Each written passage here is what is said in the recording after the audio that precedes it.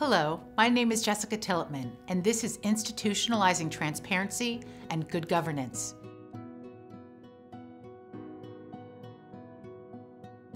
In this lesson, we will discuss the different types of institutional frameworks and how each is used to fight corruption and promote good governance. The 5 frameworks that are necessary to achieve this objective are a commitment to transparency, effective governmental structures and oversight, anti-corruption laws, whistleblower protections, and the freedom of the press.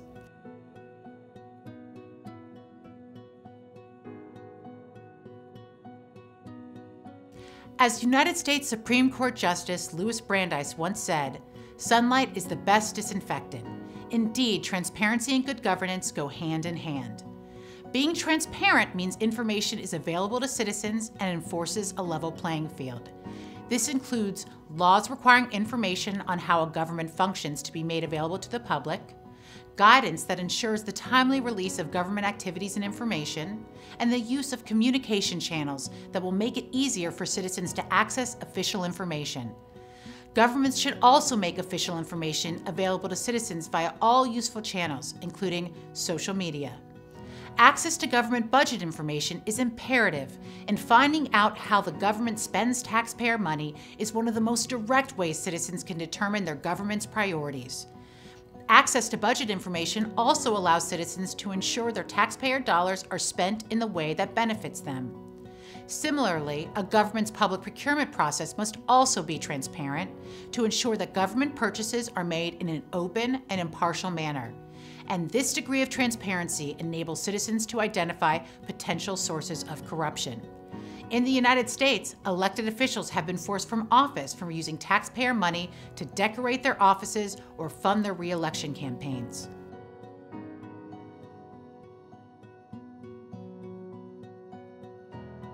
In addition to transparency, governmental structures and oversight are necessary to prevent and mitigate corruption. The executive functions of government should be structured to reduce officials' ability to alter procedures and operating functions without due process and the involvement of their citizens and the elected representatives. Contact between officials and citizens should be limited to open and appropriate venues to eliminate opportunities for corruption. This means that if someone wants to do business with a particular ministry or office, there is an objective, clear, and well-established process they must follow that is known to all. To deter or mitigate real or perceived corruption in the executive branch, other institutions in a government must provide stringent oversight. For example, the executive branch should not be able to independently change laws and regulations. In many countries, congressional or parliamentary oversight committees routinely investigate executive branch activities to ensure compliance with the law and to protect taxpayer money and best interests. And this information is made available to the public. A strong judiciary also acts as a critical check on the other branches of government and ensures proper enforcement of the law. Judges should be qualified, well-trained, and impartial, often with lifetime appointments designed to protect them from political influence or intimidation. Proper vetting of judges by the legislative branch prior to their appointments and throughout their tenures also serves to root out potential conflicts that could lead to questions about a judge's commitment to good governance.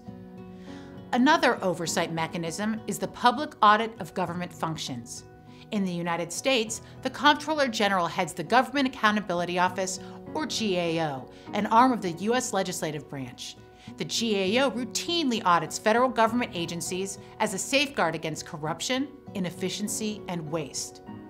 Inspectors General are housed within each executive branch agency and are tasked with identifying instances of agency fraud, waste, and abuse by conducting regular reviews of agency programs and contracts and reporting their findings and recommendations to the U.S. Congress.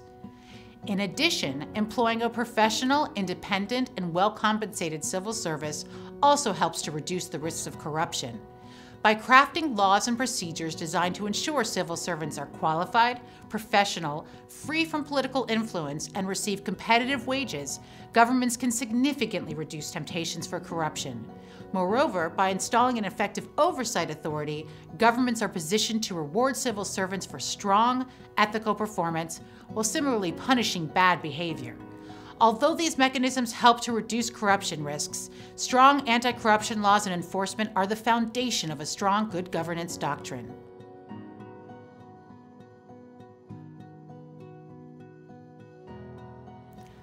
First, a government must implement strong anti-corruption criminal laws that punish actual impropriety and malfeasance. For example, Hong Kong established the Independent Commission Against Corruption, or the ICAC, in 1974. The Commission's independence is guaranteed in law, and the ICAC answers directly to the Chief Executive. The Commission has adopted a three-pronged strategy to include effective law enforcement, prevention, and education on the negative impacts of corruption. Although strong and well-written anti-corruption laws are critical, they are worthless without effective enforcement. Anti-corruption laws must be actively enforced by well-trained, experienced, well-resourced, and professional investigators and prosecutors. The laws must also include strong penalties, including prison time and large fines, to punish corrupt behavior and deter others from engaging in the same misconduct. Botswana's Directorate on Corruption and Economic Crime was created as a law enforcement agency to combat corruption. The Directorate has powers of investigation, arrest, and search and seizure. Unlike criminal laws, which address actual impropriety, a strong focus on ethics guards against the mere appearance of impropriety. Ethics laws address conflicts of interest and other ethical pitfalls to ensure that government officials always act in the best interests of the country, not in the interest of their bank accounts. And they must be applied equally.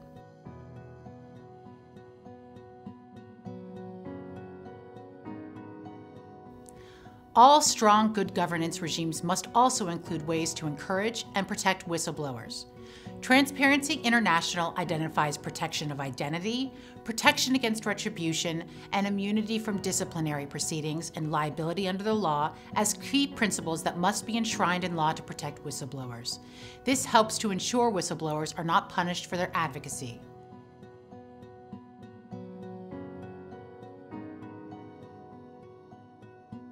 Finally, a free and open press is critical to good governance. Trained professional journalists are necessary to expose corruption and guard against the abuse of power. To do this, it is imperative that the press has access to government officials and the work they do. The workings of government must be shared with the public through objective actors who can report the news and provide honest analyses. A free and open press also means that journalists should not be censored, persecuted, or subjected to unreasonably restrictive libel laws. We will look at ways that citizens can work to promote transparency and good governance in another lesson in this course.